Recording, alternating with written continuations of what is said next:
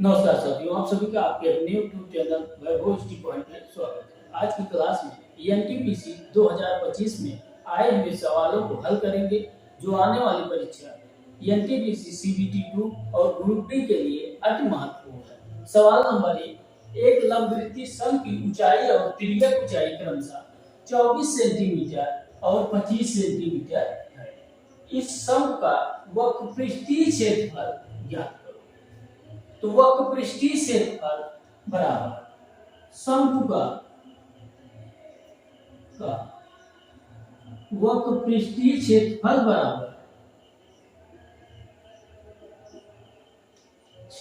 बराबर पाई आर। वक्रपृष्ठ का क्षेत्रफल पाई आर। शंख की ऊंचाई बराबर शंख की ऊंचाई बराबर 24 सेंटीमीटर। शंख की तिर्यक ऊंचाई बराबर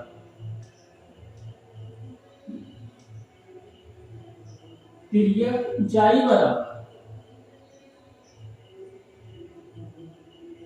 25 सेंटीमीटर।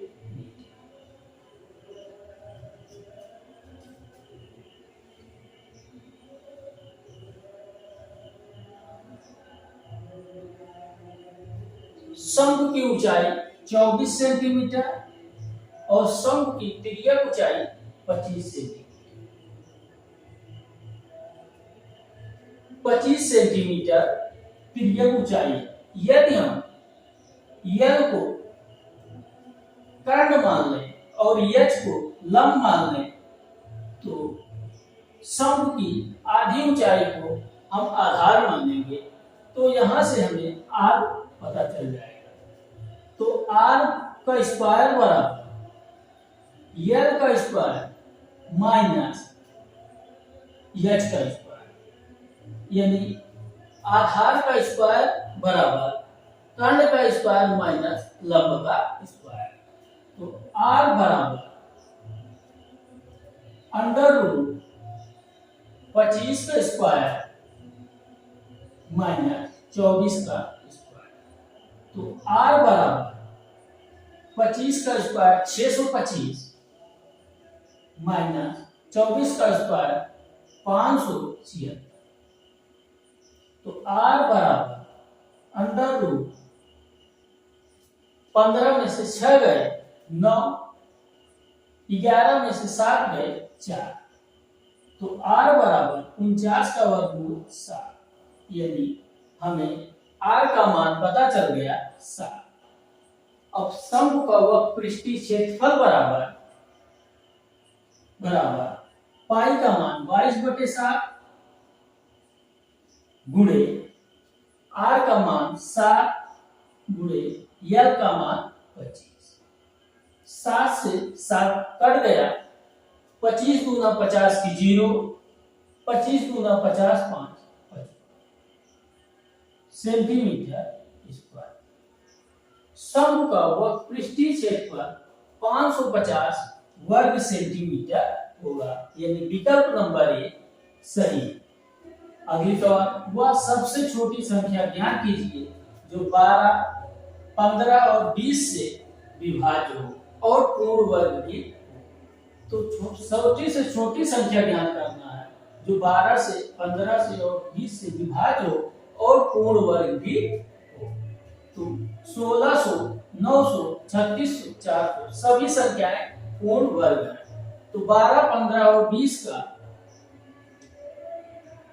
का गुणनखंड करेंगे, 2 से काटेंगे, 2 6 12, 15 नहीं कटेगा, 2 दूना 20।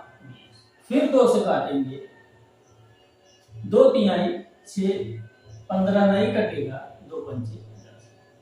3 से काटेंगे, 3 एकम 3, 3 पचे 15, 5 नहीं कटेगा।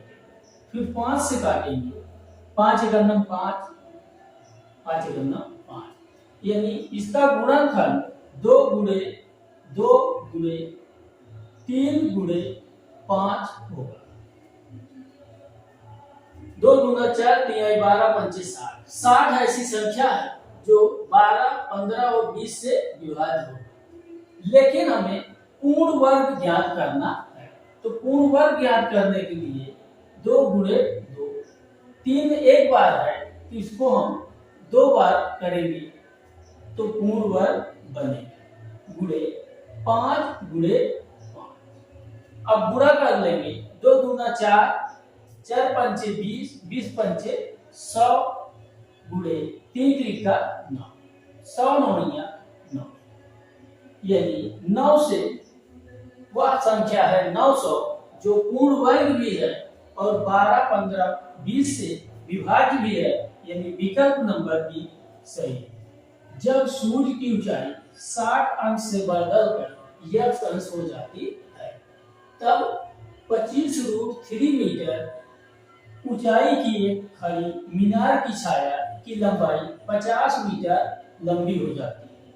तो x का मान ज्ञात कीजिए। एक सूर्य की ऊंचाई 60 अंश से बदलकर x अंश हो जाती है, तब मीनार की जो ऊंचाई है 25√3 मीटर है, उसकी छाया 50 मीटर लंबी हो जाती है।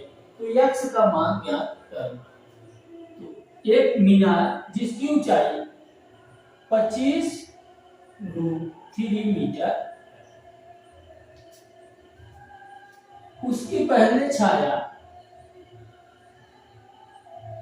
60 अंश पे पड़ती थी। यदि उसकी छाया x अंश बदल जाती है, यानी उसकी छाया x अंश बदल जाती है, यानी x अंश, तो वह 50 मीटर लंबी हो जाती है, यानी यहां से यहां तक की लंबाई 50 मीटर। तो यहां से यहां की लंबाई d मीटर, डिस्टेंस को d से दिखाते हैं, यानी A B C D। तो पहले हम A B D को लेंगे। तो लंब दिया है, आधार दिया है, कोण दिया है, तो हम लगाएंगे tan थीटा बराबर लंब बटे आधार। तो लंब है 25√3 बटे आधार d। tan थीटा का मान 60 अंश है, तो tan 60 अंश बराबर 25√3 बटे। अब 60 अंश का मान होता है tan 60 अंश का मान √3 बराबर 25√3 बटे। तो ये गुणा हो जाएगा, तो d बराबर 25√3 बटे √3। 3 से 3 कट जाएगा, यानी d का मान 25 मीटर। अब आगे कह रहा है जब उसकी छाया 50 मीटर बढ़ जाएगी तो उसका कोण कितना होगा। तो tan थीटा बराबर लंब बटे आधार। तो पहले उसका आधार 25 था और फिर छाया उसका 50 बढ़ गई, यानी पूरी इसकी लंबाई 75 मीटर हो गई। तो tan थीटा बराबर लंब बटे आधार, यानी लंब किस 25√3 है बटे आधार इसका 75 मीटर है। 25 से करना 25, 25 3 75, यानी tan थीटा बराबर √3 बटे 3 यहाँ पे आएगा, लेकिन अगर हम 2 भाग में करते 3 इंटू √3, अब √3 से √3 कट गया, तो tan थीटा बराबर 1/√3। tan 1/√3 का मान 30 अंश होता है, अर्थात विकल्प नंबर भी सही है। tan 1/√3 का मान 30 अंश होता है, यानी ये कोण x का मान 30 अंश होगा। तो विकल्प नंबर भी सही है। यदि द्विघात समीकरण x स्क्वायर प्लस के एक्स प्लस 9 के मूल बराबर है तो k का मान ज्ञात करना। द्विघात समीकरण x स्क्वायर प्लस के एक्स प्लस तो मूल बराबर है तो k का मान ज्ञात करना। तो हम इस सवाल को हल करने के लिए विविधकर का सूत्र लगाएंगे b square minus 4ac, b square minus 4ac। b का मान k है, a का मान 1 है, c का मान 9। तो b स्क्वायर यानी k का स्क्वायर माइनस 4 गुणे a बराबर 1 है, 1 गुणे तो k स्क्वायर बराबर इस तरफ ले जाएंगे तो 4 9 चौक 36। तो k बराबर रूट 36, k बराबर प्लस माइनस 6 यानी k का मान प्लस माइनस 6 आएगा। तो विकल्प नंबर सी सही।